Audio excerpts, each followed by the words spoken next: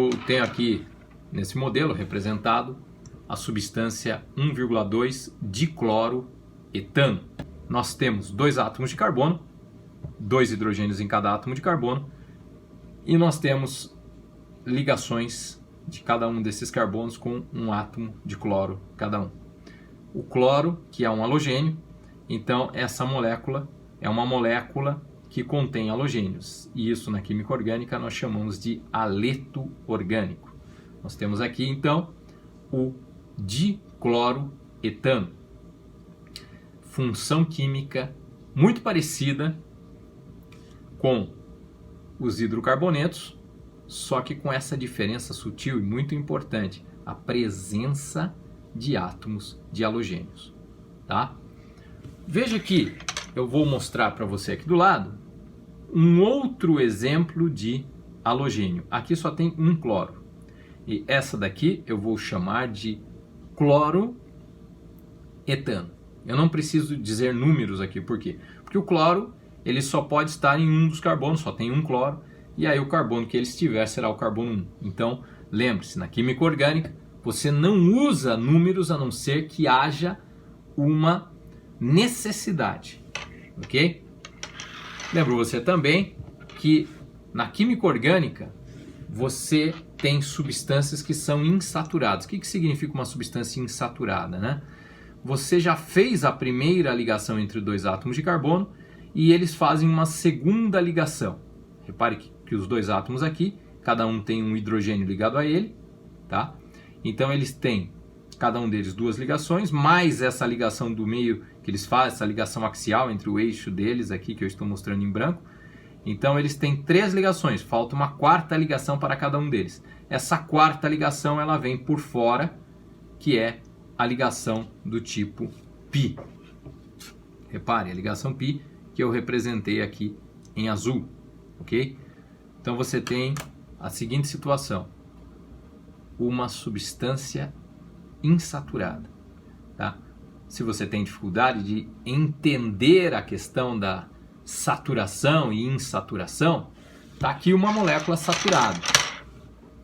Ela só tem ligações simples. Outra molécula saturada, só tem ligações simples. Uma molécula insaturada, ela tem a presença da ligação π. É muito fácil, então veja que quando eu retiro, quando eu mostro assim para você, você deve entender que aqui no meio já há uma ligação, porque para surgir a ligação π é sinal que já há uma ligação que passa unindo o centro dos átomos. Então você tem aqui uma substância insaturada. Isso que é uma cadeia insaturada. Veja que um conceito que fica muito claro aqui é que você tem a presença de uma ligação exposta. Você tem a presença de elétrons mais expostos do que os elétrons de uma ligação sigma. Esses elétrons mais expostos, eles são elétrons da ligação π. Nós até chamamos de elétrons π. Ok? Então é por isso que onde tem dupla ligação existe um ataque mais fácil daquela molécula, tá? No mundo das reações orgânicas, então, é muito importante que você tenha esse conhecimento de que a ligação π é mais facilmente atacada. Quem não tem ligação π, você precisa de mais energia, porque você só tem ligação sigma. A ligação sigma é mais difícil de ser quebrada. Então você vai precisar de temperatura e pressão.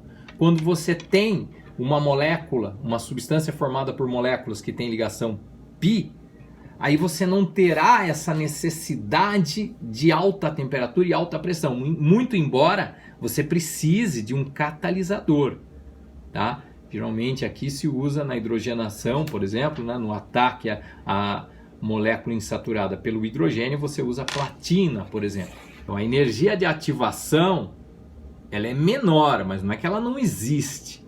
Então, quando você ataca uma ligação π, você precisa de um catalisador.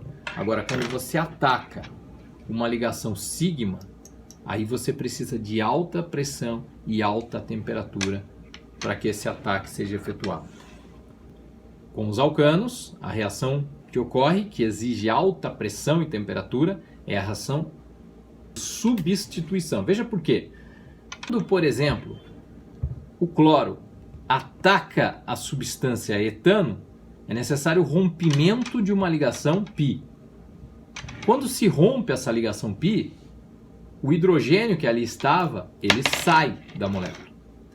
Só que nesse choque, nessa colisão que ocorre, rompe-se também a ligação entre os cloros. Então os cloros ficam soltos. Um dos cloros entra ali na molécula, formando o cloroetano, e o outro cloro vai se ligar ao hidrogênio. Então há uma o hidrogênio que estava no substrato, na molécula que foi atacada, que eu chamo de substrato, vai para o cloro. E quem estava com o cloro vai para o substrato. Veja, é uma substituição.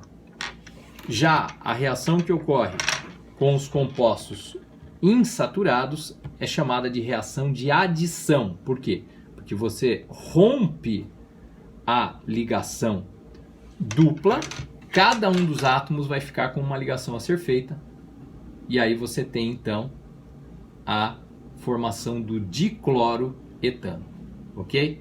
Encerramos aqui então essa rápida conversa sobre reação de adição e reação de substituição. Até a próxima aula, estamos juntos nos estudos de química orgânica.